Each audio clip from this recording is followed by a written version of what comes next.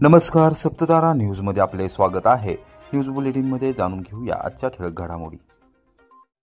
सातारा जिल्हा पुन्हा एकदा राष्ट्रवादी काँग्रेसचा बालेकिल्ला बनवणार, उपमुख्यमंत्री अजितदादा पवार। पिंपळे बुद्रुक येथे शेतकरी मेळावा। सर्वसामान्य जनतेच्या पाठबळावर राष्ट्रवादी काँग्रेस पक्षाची वाटचाल सुरू आहे। जनकल्याणाच्या कार्यात आम्ही कुठेही कमी पडणार नाही। सातारा जिल्हा हा राष्ट्रवादी काँग्रेसचा बालेकिल्ला होता आणि तो पुन्हा एकदा बालेकिल्ला करण्यासाठी कुठेही कमी पडणार नाही।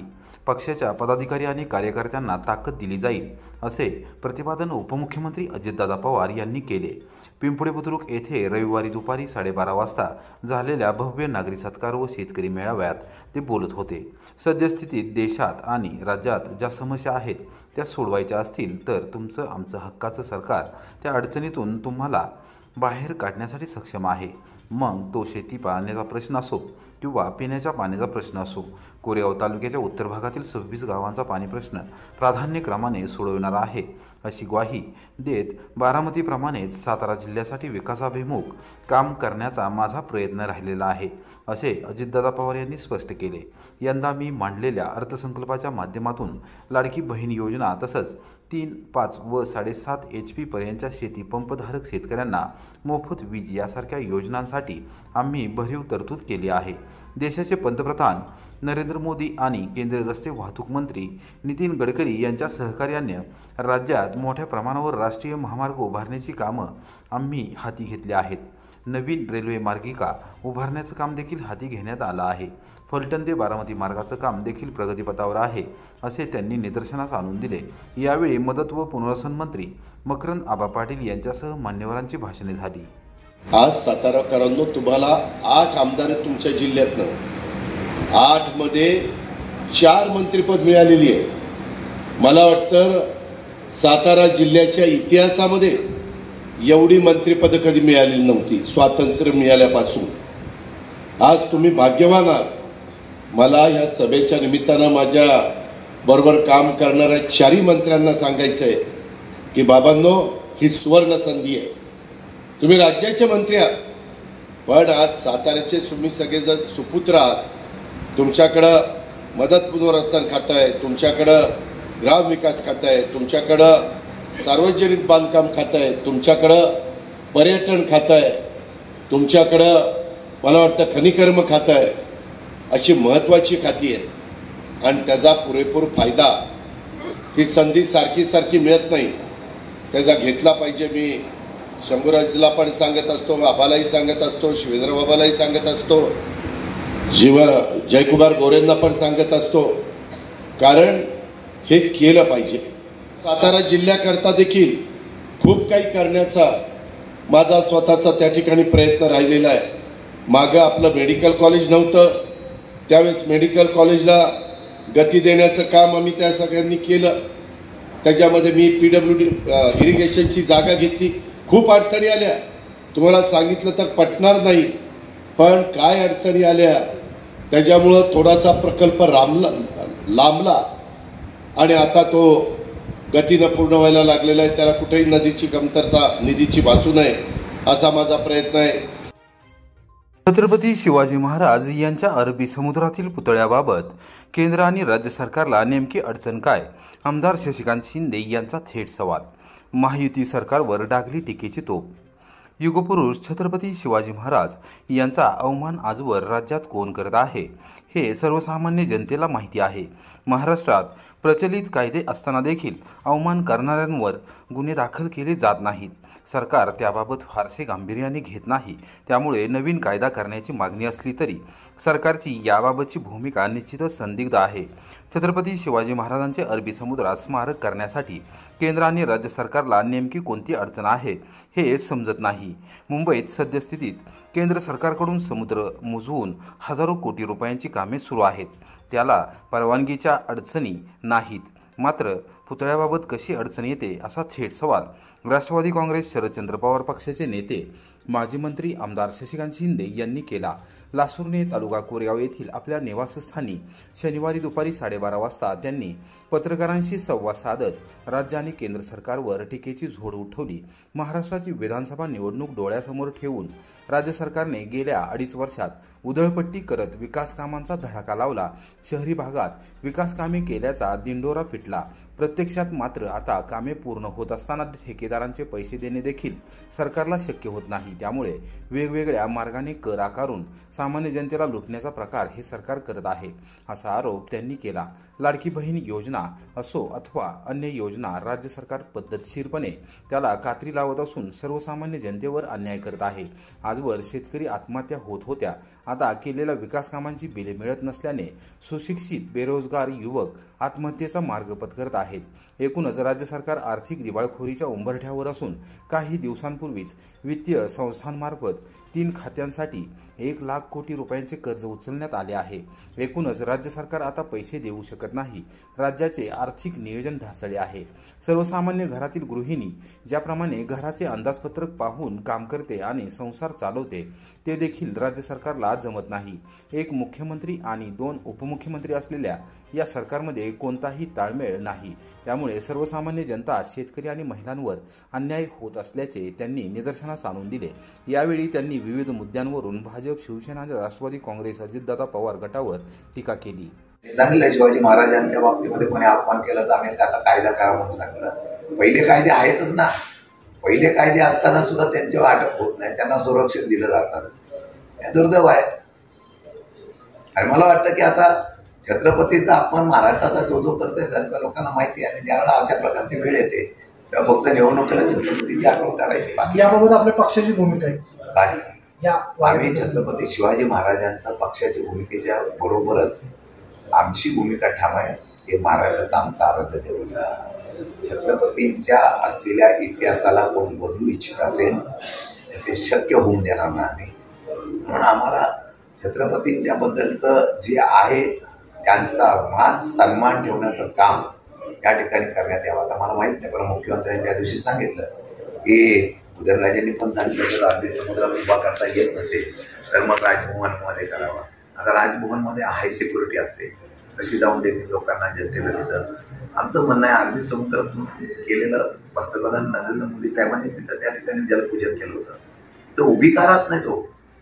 अहो, वेगवेगळ्या ठिकाणी इतकी मोठी पुतळे उभे राहिले, मग छत्रपतींचा पुतळा का उभा राहू शकत नाही? मला अजून शंका आहे। आम्ही दरवेळेला विषय मांडलेला आहे, परंतु सर्वात जगात मोठा पुतळा व्हावा ही आमची महाराष्ट्राची अपेक्षा, आमची अपेक्षा आहे। तो होऊ नये अशी काही लोकांची इच्छा आहे का ते पण बघावं लागेल ना। त्यांनी खुलासा करायला पाहिजे। स्मारक आम्ही बांधणार सांगता, पण हे स्मारक 5 वर्षापासून कशामध्ये थांबलं त्याचा उल्लेख करायला पाहिजे। त्यांनी सांगायला पाहिजे की परवानगी मिळत नाही, पर्यावरणची परवानगी मिळत नाही। सरकार पाहिजे ती परवानगी घेतं। आता BPT मध्ये सुद्धा समुद्रामध्ये भर टाकून कामं चालू आहेत ना सेंट्रल गव्हर्नमेंटची, पडाळा साईडला नाही, काय काय परवानग्या प्रचंड प्रमाणात परवानग्या मिळतात आणि यांना का भेटू शकत नाही? मला आश्चर्य वाटतंय।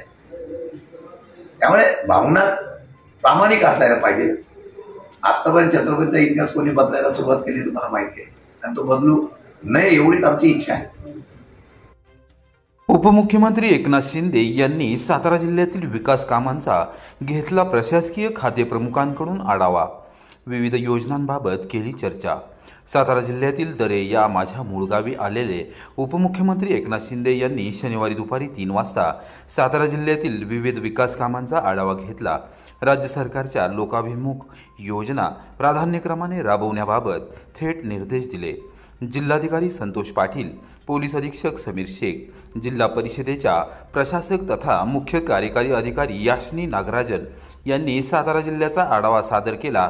कोयनेच्या बॅकवॉटरमध्ये ज्या ठिकाणी पाणी कमी झाले आहे आणि भूभाग उथळ झालेला आहे अशा ठिकाणी 2 वर्षामध्ये गाळ काढण्याचे काम झाले होते। यावर्षीही त्या ठिकाणी पुन्हा गाळ काढण्यात यावा असे निर्देश शिंदे यांनी दिले। महाबळेश्वर येथे दिनांक 2 ते 4 मे दरम्यान होत असलेल्या महापर्यटन महोत्सवासंदर्भात यावेळी सविस्तर चर्चा करण्यात आली। त्यासोबतच कोयनेच्या खोऱ्यातील 105 गावांमधील क्रॉम्पिंग पॅटर्न याबाबत चर्चा केली। यात प्रामुख्याने या ठिकाणी मोठ्या प्रमाणात बेरी वर्गीय फळांची लागवड कशी करता येईल, स्ट्रॉबेरी सोबतच ब्लूबेरी, गुजबेरी, ब्लॅकबेरी, मलबेरी अशा फळांची शेतकऱ्यांना नव्याने ओळख करून देत ही फळे शेतकऱ्यांना कशी लाभदायक ठरतील हे पटवून द्यावे आणि त्यांचे लागवड क्षेत्र वाढवावे असेही शिंदे यांनी निदर्शनास आणून दिले। वनवा लागून वनसंपदा नष्ट होऊ नये यासाठी अत्याधुनिक यंत्रणांचा वापर करा, वनमंत्री गणेश नाईक। महाबळेश्वर येथे महत्त्वपूर्ण बैठक।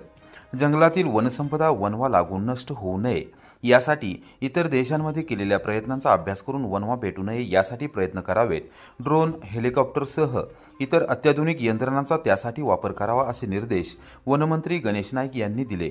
महाबळेश्वर येथील वन विभागाच्या हिरडा सभागृहात शुक्रवारी रात्री 9 वाजता वन विभागातील योजनांचा व उपक्रमांचा आढावा घेण्यासाठी वनमंत्री नाईक अध्यक्षतेखाली अधिकाऱ्यांची बैठक झाली। बैठकीस पुणे येथील सामाजिक वनीकरण विभागाचे वनसंरक्षक पंकज गर्ग, सातारच्या उपवनसंरक्षक आदिती भारद्वाज, कोयना वन्यजीव प्रकल्पाचे उपसंचालक किरण जगताप, सामाजिक वनीकरण विभागाचे सातारा येथील विभागीय वन अधिकारी हरिश्चंद्र वाघमोडे, वन विकास महामंडळ पुणे येथील विभागीय वन अधिकारी सारिका जगताप, चांदोली वनजीव विभागाच्या उपसंचालक स्नेहलता पाटील यावेळी उपस्थित होत्या। वन विभागातील सर्व रिक्त जागा भरण्यासाठी प्रयत्न करणार असल्याचे सांगून वनमंत्री नाईक म्हणाले, सर्व अधिकारी कर्मचाऱ्यांनी तणावमुक्त आनंददायी वातावरणात काम करून वन विभागाचे बळकटीकरण करावे। वन विभागाच्या ज्या जमिनीवर झाडे उगवत नाहीत अशा जागांवर सोलर पार्क उभे करण्याचा राज्य शासनाचा मानस आहे। प्रत्येक वन परिक्षेत्रात सुरंगी, बकुळी, बेल, मोह, बाडोळी, जांभूळ या रोपांची लागवड करण्यावर प्राधान्य द्यावे। याचबरोबर सीझनल फळे व रिजनल फळांच्या रोपांच्या लागवडीवर भर देण्यात यावा।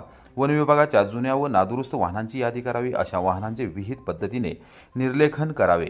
जंगलात फिरतीवर असणाऱ्या अधिकारी कर्मचाऱ्यांसाठी मजबूत बनावटीची वाहने खरेदी केली जातील। आदिती भारद्वाज यांनी सातारा जिल्ह्याच्या अखत्यारीत येणाऱ्या वन विभागाच्या कामांची व उपक्रमांची माहिती सादरीकरणाद्वारे दिली।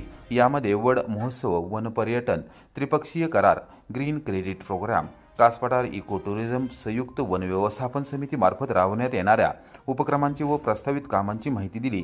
कोयना वन्यजीव प्रकल्पाचे उपसंचालक किरण जगताप यांनी सह्याद्री व्याघ्र प्रकल्प व कोयना अभयारण्य, चांदोली राष्ट्रीय अभयारण्यात राबवण्यात येणाऱ्या वन प्राण्यांची संरक्षण, patrolling, GIS mapping, tiger cell, camera trapping, वाघांच्या व तृणभक्षक प्राण्यांच्या हालचालीमध्ये माहिती, वाघांची संख्या वाढवण्यासाठी केलेले प्रयत्न, वन्यजीव सप्ताह जनजागृती, वाल्मिकी पठार, सह्याद्री निसर्ग पर्यटन कृती आराखड्यासंदर्भात सादरीकरणाद्वारे माहिती दिली।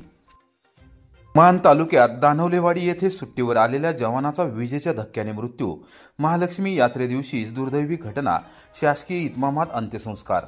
मान तालुक्यातील दानवलेवाडी येथे महालक्ष्मी यात्रेनिमित्त सुट्टीला गावी आलेल्या सैन्य दलातील हवालदार प्रशांत दिलीप कदम वय 35 यांचा विजेच्या धक्क्याने मृत्यू झाला। गावच्या यात्रेदिवशीच ही दुर्दैवी घटना घडली। दरम्यान या घटनेने मान तालुक्यात शोककळा पसरली आहे। शुक्रवारी रात्री उशिरा 9 वाजता पार्थिवावर शासकीय इतमामात अंत्यसंस्कार करण्यात आले। त्यांच्या पश्चात आई, वडील, पत्नी व मुलगा श्लोक असा परिवार आहे। जवान प्रशांत कदम हे 19 मराठा लाईट इन्फंट्री या रेजिमेंटमध्ये आसाम येथे कार्यरत होते। नुकतीच त्यांची हवालदारपदी पदोन्नती झाली होती। दानवलेवाडी येथील श्री महालक्ष्मी देवीच्या वार्षिक यात्रेनिमित्त 10 दिवसांपूर्वीच ते सुट्टीवर आले होते। काल यात्रेचा मुख्य दिवस होता। गावकऱ्यांसह प्रशांत यांची सुद्धा लगबग सुरू होती।